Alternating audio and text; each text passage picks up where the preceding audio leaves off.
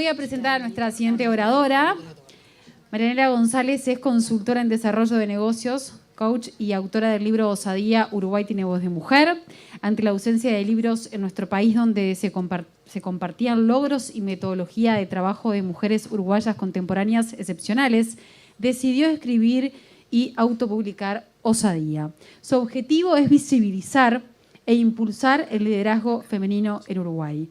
El libro es una invitación a soñar a lo grande y a trabajar por esos sueños, algo que se ha repetido constantemente en las distintas charlas.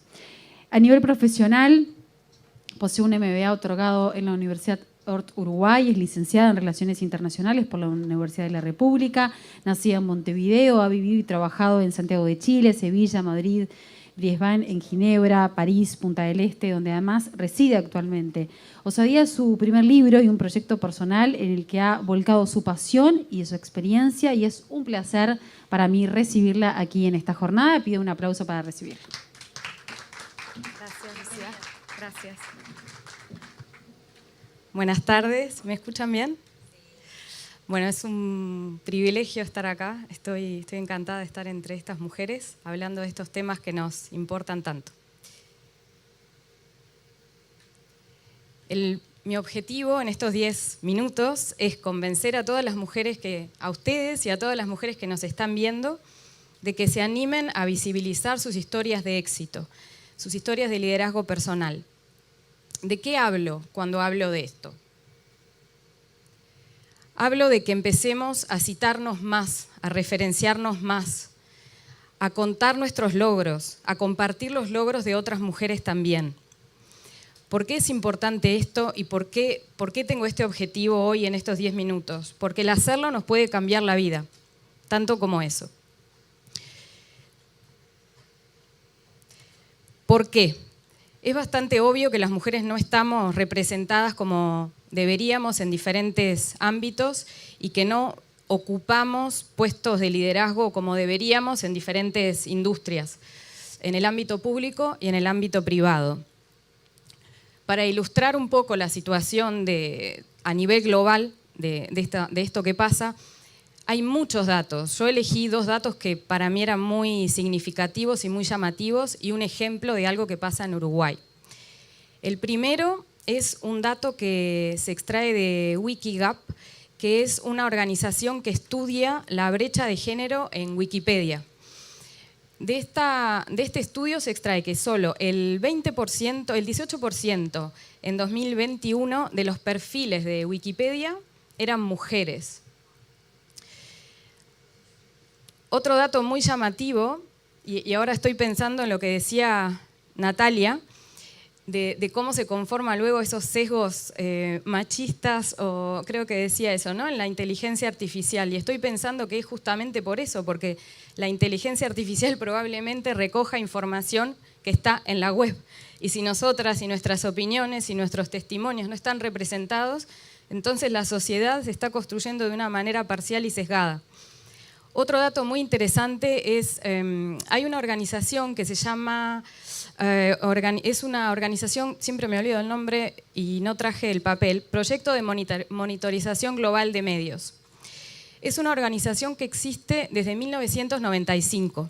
Sacan un estudio cada 5 años, y es un estudio muy exhaustivo, donde estudian la aparición de las mujeres en todos los medios de comunicación confundidos, radio, televisión, puede ser también las redes sociales.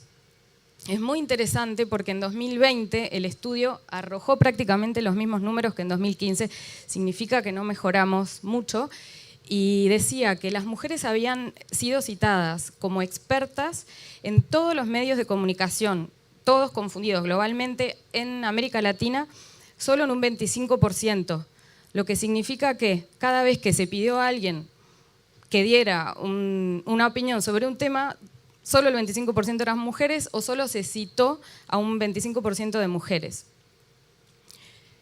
El tercero es un ejemplo que es una anécdota de algo que pasó en Uruguay y a mí me interpela muchísimo y me marcó mucho. Salió una nota en un diario muy conocido, local, donde el periodista en la sección de negocios convocó a 4 directivas para hacerles notas para el diario sucesivamente 4 mujeres dijeron que no se animaban a dar la nota porque tenían miedo. Concretamente, una dijo de qué tenía miedo, y estamos hablando de directivas, de grandes empresas, o sea que imagínense el camino que hicieron para llegar a su puesto laboral. Una dijo concretamente que solo llevaba 1 año en su puesto de trabajo y que porque solo llevaba 1 año no se sentía legítima para dar una opinión de su industria porque tenía miedo de que si se equivocaba, perder el trabajo.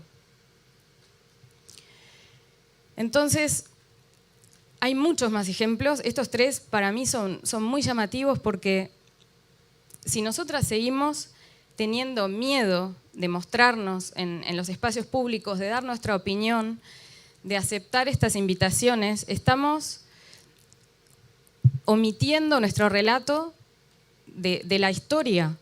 Nuestra historia, hemos sido invisibilizadas de la historia por muchos años, y la historia es la que construimos día a día cuando dejamos testimonio de lo que hacemos, cuando nos citamos, cuando nos referenciamos, cuando nos visibilizamos. Entonces, ¿qué es lo que pasa además de la omisión? ¿Qué es lo bueno que pasa cuando nosotras aceptamos invitaciones como esta, por ejemplo? Invitaciones a hablar en un panel o a dar una nota. Lo que pasa es que inspiramos a otras a hacerlo. Y rompemos estereotipos, creamos cultura, cambiamos las políticas públicas, cambiamos las políticas de las empresas. Ahora, me dirán, ¿por qué yo y por qué nosotras? Fui convocada porque había algo que me molestaba mucho y era que no había... En Uruguay yo sentía que en un momento dado no se visibilizaba lo suficiente el talento femenino, que había muchas mujeres que se exponían por temas que tenían que ver con la apariencia física o con escándalos y no necesariamente por su talento. Y es necesario que haya muchas más. Por eso escribí un libro que, como bien dijo Lucía, que se llama Osadía, Uruguay tiene voz de mujer, donde cuento la carrera personal, el camino personal y profesional de 9 mujeres uruguayas contemporáneas, para que otras mujeres también puedan inspirarse de ellas y porque ellas muestran que el éxito es muy personal y no debe ser algo impuesto desde afuera. Cada una sabe cuál es su noción de éxito y de eso hablo cuando digo que visibilicemos nuestras historias de éxito y nuestros logros. Es lo que cada una considere y todas tenemos una historia para contar. ¿Por qué nosotras? Porque tenemos que dejar de esperar a que nos den los espacios, tenemos que crear esos espacios, tenemos que tomarlos, tenemos que pedirlos, como sea, de la manera que sea. Me dirán cómo. Quizás ustedes tienen 1000 ideas, yo había hecho un slide con un montón de ideas, pero me di cuenta que no me iba a dar el tiempo. Y además pedí opiniones sobre esto a muchas mujeres que justamente están en los medios públicos y que están en este tema. Las opiniones son variadas y está buenísimo porque somos mujeres y no tenemos que pensar todas igual, que muchas veces dicen las mujeres como si fuéramos un ser humano. No, podemos pensar distinto y agrupé todos los consejos que me dieron para compartir con ustedes en 3 principalmente. Entonces, el primero es que no tengamos miedo de mostrarnos vulnerables, que nos mostremos auténticas como somos y que hablemos con nuestras palabras, porque es la única manera de que vamos a sentirnos cómodas y comunicar un mensaje. No tenemos que imitar otros modelos de liderazgo. Y sobre todo, y es algo que también en la charla anterior se menciona, es que no tenemos que ser perfectas. Y sabemos que nos han juzgado de una manera distinta y que nos siguen mirando con lupa, pero bueno, tenemos que tomar las críticas constructivas que nos sirven de las personas que nos conocen y los demás no. Y simplemente pararnos del lugar que nos conviene y dar lo mejor, pero no ponernos esta obligación de ser las mejores. Otro de los consejos es el tema de los paneles masculinos. ¿Cómo hacemos para que no haya más paneles solamente masculinos cuando se tratan temas que sobre todo que nos conciernen a todas y a todos como sociedad? Porque los temas de las mujeres finalmente son temas globales. Entonces, ahí también hay opiniones encontradas, pero todas son válidas. Una es, por ejemplo, si te invitan a un panel, a un evento y el panel es solamente masculino, declinar la invitación amablemente diciendo que te interesan los paneles más diversos y que ojalá para la próxima vez incluyan más mujeres en ese panel. La otra recomendación es, por ejemplo, cuando te invitan a un panel masculino y vos sos la que va a estar en el panel también. Entonces ahí lo que podemos hacer es decir, bueno, que eso se hace mucho en Europa, que dicen no al Mans Panel, como le llaman, a menos que venga otra mujer conmigo. Y si no, no van.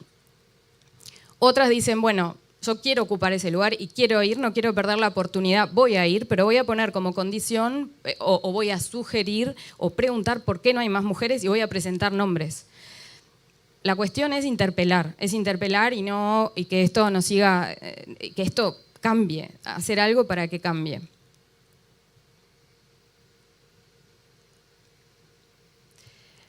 Para ir cerrando este tema, esta es una frase de una autora francesa que me inspira mucho, que escribió un libro que se llama Elogio del riesgo. Entonces ella insta a la gente a vivir aceptando el riesgo como parte de su vida y aceptando el miedo como parte de su vida, porque todos tenemos miedo. Y para ser sincera, yo hace unos años decía, a mí si me invitan a un evento así, que no me inviten, porque voy a decir que no, porque me muero antes, me desmayo, porque no es natural para todo el mundo hablar en público. Hay mucha gente que sí le sale natural. Realmente, para mí es algo que no es natural, que tengo que preparar, pero sí es verdad que cada vez que lo hacemos y cada vez que lo hago, voy adquiriendo confianza y lo hago cada vez más cómoda. Lo que más me gusta de esta frase es la parte final que dice, es un riesgo estar vivo, pocos seres lo están. Si asumimos que ya todo es riesgo y asumimos el miedo, entonces podemos, esto nos da coraje para seguir adelante y para ponernos en situaciones que nos son incómodas. Entonces, para terminar, yo espero en estos minutos haber sembrado una semilla en todas ustedes. No hay que ser especial, no es para una élite salir a hablar en público. Y hablar en público puede ser hablar en la escuela, puede ser hacer una presentación en una empresa, puede ser cualquier instancia. Tomarlas, aceptarlas, provocarlas, citar a otras mujeres, referenciarlas. Y recuerden que cuando hablamos y cuando usamos nuestra voz, no es solamente nuestra voz, es también la voz de nuestras ancestras y que llevamos también toda su sabiduría, toda su fuerza, todas sus experiencias y que cada vez que dejamos un testimonio en un espacio, en un medio, estamos creando historia. Entonces empecemos ya a cambiar un sistema que no nos conviene, nosotras somos el sistema, tenemos que cambiarlo y dejemos un buen legado también para las generaciones que vienen. Gracias.